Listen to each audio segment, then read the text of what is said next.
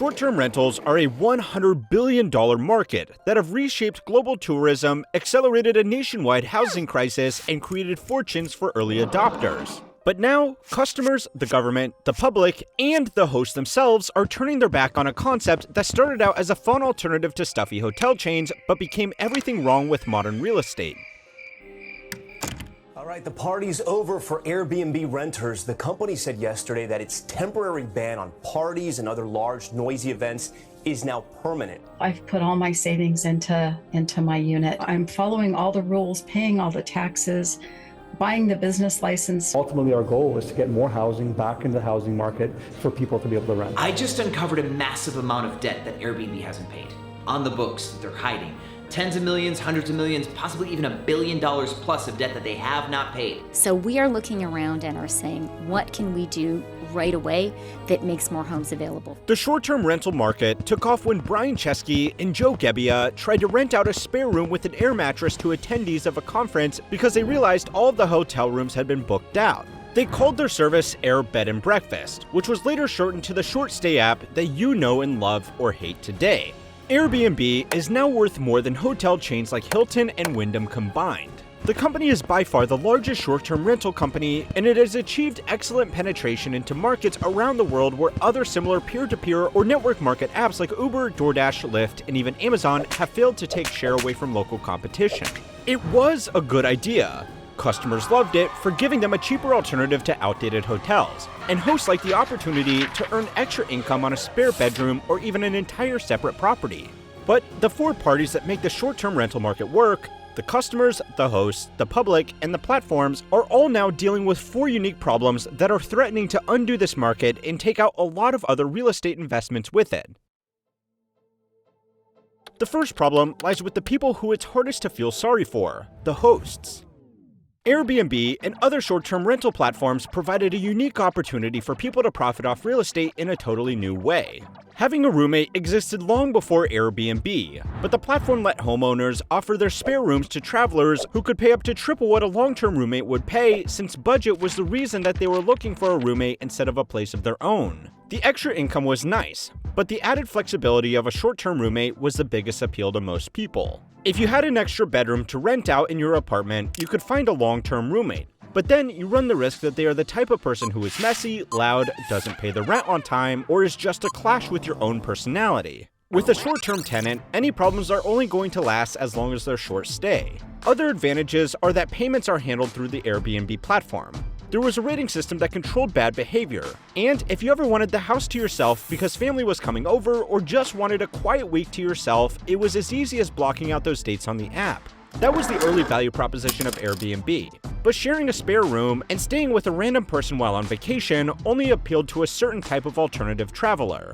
Most people who Airbnb are putting up entire properties for guests to use as exclusive accommodations.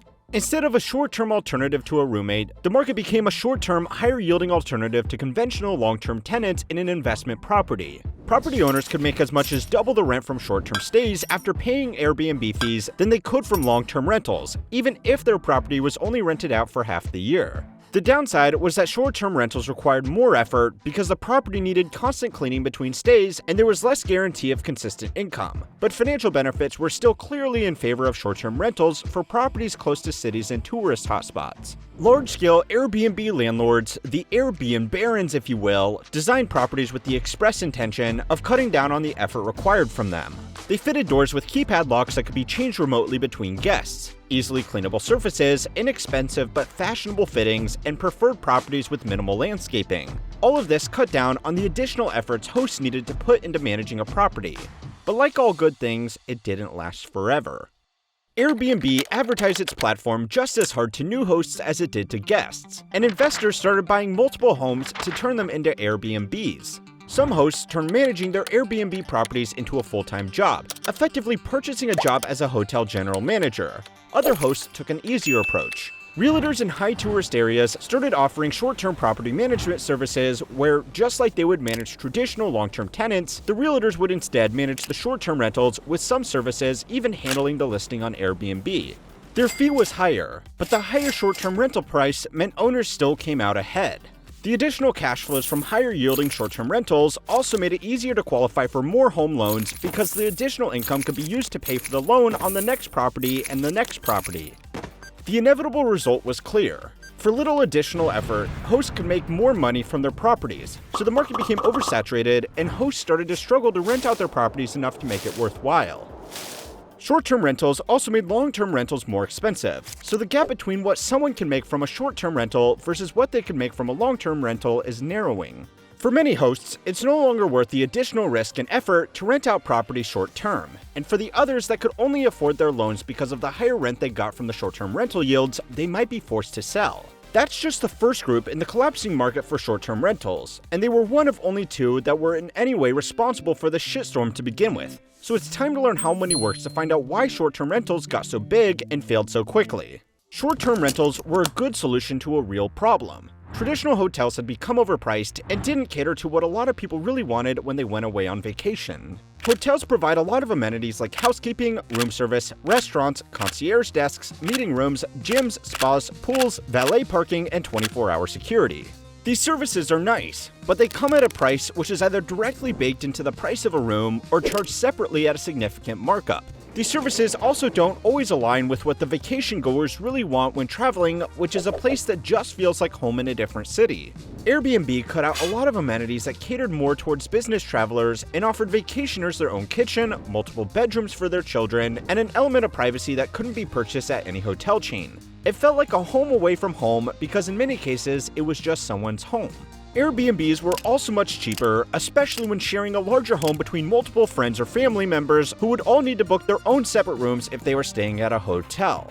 A study conducted by the University of Waterloo and Daniel Gutentag Hospitality Research surveyed customers booking Airbnbs in traditional hotels. The study found that 61% of all correspondents said that they chose the Airbnb as a budget-friendly alternative to even budget hotel chains. Despite the company's marketing as a way to share the vacation experience with a local host that can show you around a city, most respondents said that they did not care about this aspect of the service, and 70% stayed in a home that they had all to themselves, so they didn't have to share space with a random stranger. Despite people actually preferring not to share their short-term rental with a host, Airbnb still spends billions every year promoting this aspect of their service for a really important reason that will come up later. Get an Airbnb and get a place to yourself. Anyway, the things that made Airbnb are now either being lost or offered by competitors in three areas. The first is price. Airbnb is no longer an affordable alternative to budget hotels. It is now a premium option competing with premium 5-star chains. According to the company's own data, even though the number of bookings has only increased 17% since 2019, the gross value of all bookings worldwide has increased by 67%. Airbnb is just not cheap anymore. The second area where the platform is losing out is its monopoly on homes away from home. Hotel chains have significantly increased their offerings of apartment-style accommodations that do away with typical hotel services in exchange for larger rooms with multiple sleeping areas and kitchens. To many customers, these semi-serviced apartments offer a better value because they combine the known consistency of a hotel chain with the space and price of an Airbnb. The third area that turned customers against Airbnb was service. Hosts wanted to cut down on the work they needed to put into managing their properties, so they started putting more unrealistic expectations on guests about cleaning up before they leave. Exorbitant cleaning fee, that will irk people, especially if you, the person staying there, has to pretty much clean the house themselves. Overall, this is just a few bad hosts, but it has given the platform a bad reputation amongst customers who expect to be charged cleaning fees on top of already high rates. Compared to a hotel, where as long as there is not permanent damage, housekeeping will handle everything free of charge. If Airbnb's business was being a middleman platform between hosts and guests, then both of these groups having a bad experience is not a good direction for the company. But there is another group that has had it worst, and who are involved in the app whether they like it or not. And that's a third reason for the Airbnb bust. The public is sick of it. Customers can choose to stay wherever they want, and the threat posed by Airbnb and other short-term rental options has forced existing hotels to improve their offerings. Hosts were investors who need to accept that all investing carries risk. Most of them still own a home or multiple homes that they can now lease out in an overpriced rental market or sell likely for a profit. Neither of these groups have lost, unless they were really stupid. The people who did lose, though, were priced out of their homes because it became more profitable to rent to vacationers than long-term residents who needed a place to live. Poor renters don't have any power over the platform itself. But the problem of unaffordable homes in certain cities is becoming so bad that politicians are introducing new policies that will limit how many short-term rentals are allowed to exist and charging hosts additional taxes for running unregistered hotels.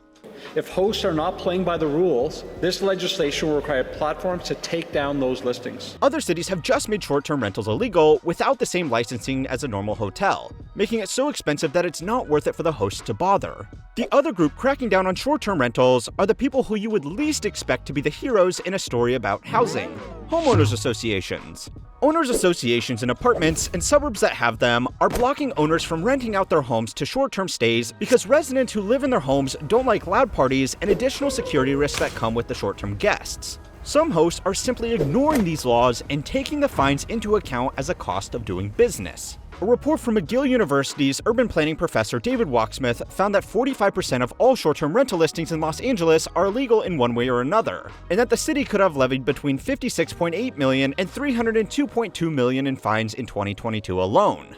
The semi-legal approach to rentals is still working for some hosts, but it's creating problems for the platform. Airbnb is spending hundreds of millions of dollars across the world fighting legal battles for the right to operate, and that's why they still spend so much on advertising their service as a way to see a new city with a local host. Even though most of their properties are rented out as whole new homes where a guest will never even see the person that owns their home, it's much harder to regulate shared short-term stays because it's harder to distinguish them from someone just staying with their friend.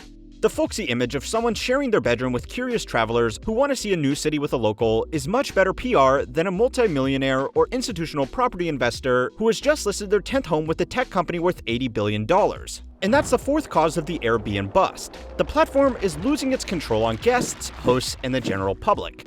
Airbnb has always had competitors like VRBO, but now incumbent traveler sites like TripAdvisor, Booking.com, and Expedia are launching their own short-term rental platforms like Turnkey or incorporating them into existing sites that already aggregate listings from multiple hotel advisors. Airbnb charges a host fee of 3% to the people listing their properties and a service fee of 14% to guests. Some hosts have found it cheaper to advertise their properties through local agencies and split these savings with guests. Airbnb has about the same amount of technical overhead for a vacation stay as Uber has for food delivery or rideshare, but Uber can only make a few dollars off a small charge, where Airbnb can make hundreds of dollars from their 17% cut of every transaction. This has made the platform profitable where other peer-to-peer platforms have struggled to turn a profit, which is a great advantage in today's high-interest rate environment, but it has also painted a target on the back of the company that has no competitive moat around their business model. Apart from their brand name and recognition, there is nothing to stop these new entrants entering the marketplace from taking market share away from Airbnb by offering a better service or charging lower fees. The bonus fifth reason behind the Airbnb bust was that the platform was never set up with longevity in mind. It has made billions in just a few years, and for its founders and early investors, everything else is just a bonus. That's not a bad thing, but if you're interested in businesses that have a bit more staying power, go and watch my video over on how history works to find out what it takes for a company to last 1,000 years. If you want to watch these videos a day early and get articles that will never be made into videos for YouTube, then subscribe to my email newsletter Compounded Daily to keep on learning how money works.